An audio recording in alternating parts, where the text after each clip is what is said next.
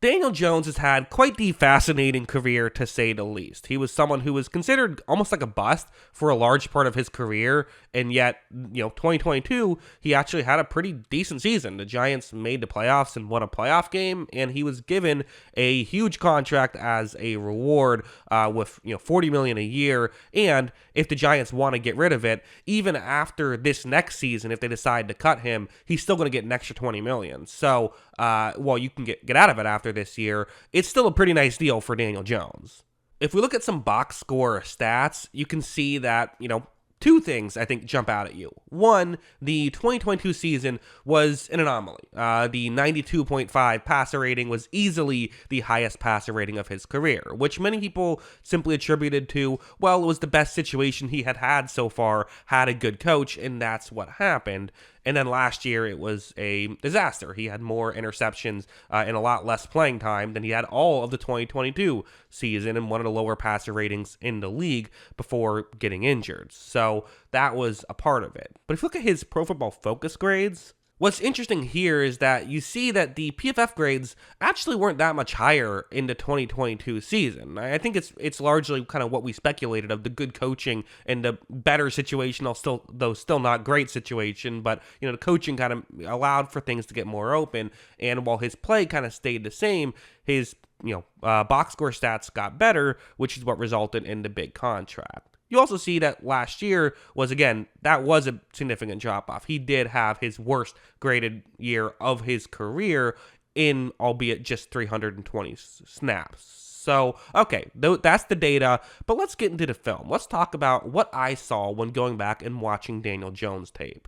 I mean, for one thing, you see a lot of stuff like this, where it's going to be, you see the coverage that the Seahawks are in, they're playing this cover 3 zone, you see the concept that the Giants are looking at, really kind of these, the deeper route over the middle, that's the route that is the ideal one to get open. A lot of times it does get open. However, here, Jones is going to run a play action, he looks down the field and just does not love what he sees down the field. And this is just something that we saw far too frequently with the Giants. It's why they drafted Malik Neighbors to hopefully try and fix this. On this play, Jones is doing the right thing. He's going to scramble out and he's going to flip the ball to, a check down, but it was covered. Like, there's only so much you can do as a quarterback when you're in those situations. And even at times, he did this in really impressive ways, I thought. 2 years ago, I think part of why he got that big contract is because he did do a legitimately good job when a play broke down. And I think even this year, we saw him do that at times as well.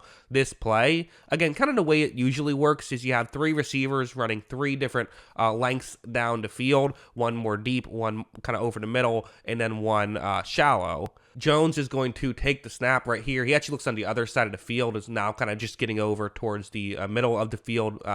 So for that player right here, realistically, that's where Jones could go with the football on a 3rd down and 4, but he's not there yet, and it's not his fault. It's just that's where he happened to be looking. But watch what Jones is going to do at this point. Watch him be able to scramble up, and then he is going to, on the run, flip the ball to a halfback who also read that really well, found a soft spot. So good job by both of them on that play to make that work. So we did see this. We did see him being in tough situations, but still being able to make the tough situations work.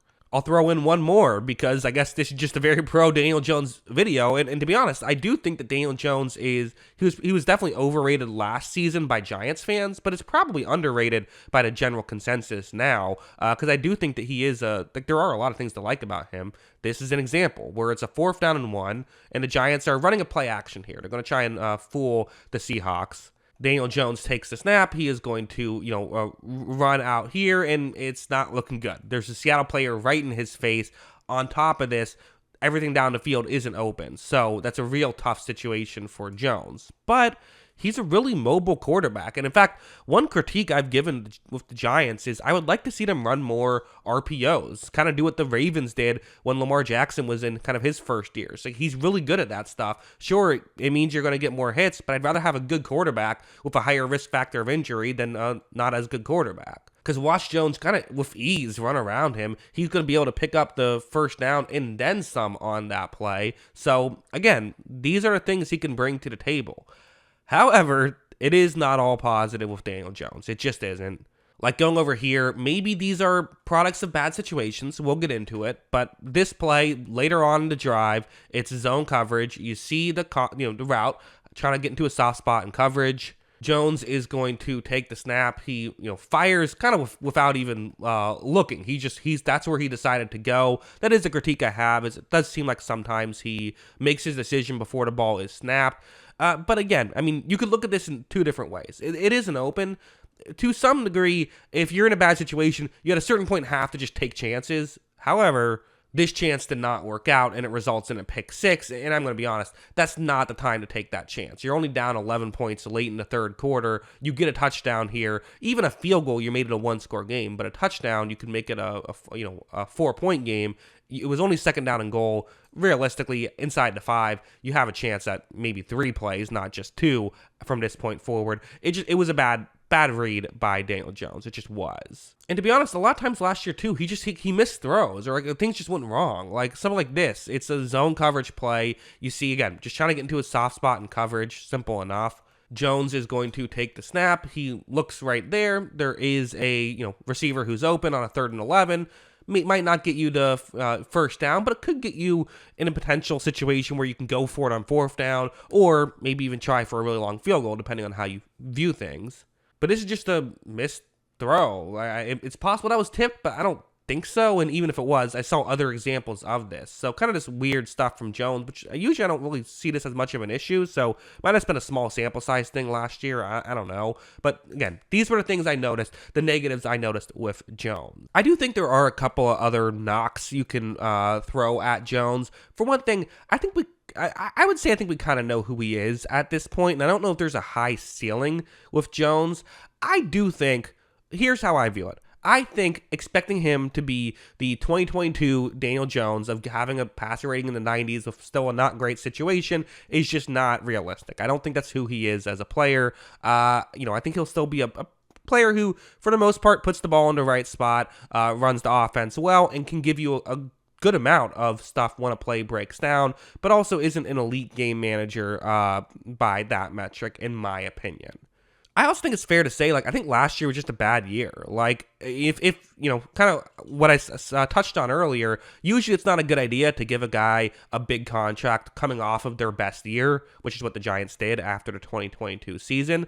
It's also usually not a great idea to, completely write a guy off after they're coming off their worst year, unless they're an older player or they're coming off an injury or something like that. So for Jones, I don't think it's over. And if you paid him $40 million a year because you believe he is that good of a quarterback, I wouldn't be discouraged too much by this season. It's certainly at the point where you have to strongly consider getting rid of him. I think most people kind of assume this will be the last year that he is a Giant, but who knows? It's certainly not possible. And if he can play well enough, they're going to be giving him $20 million a year. Not this next year to give him $40 million. The following year, they're going to give him at least $20 million of his $40 million he's owed that year anyway. So, do you cut him to save the other $20 million is going to be the question. And if he can play well enough to be worth that $20 million, he's still going to be able to stay around for another year. That's kind of how that works. Is that going to happen?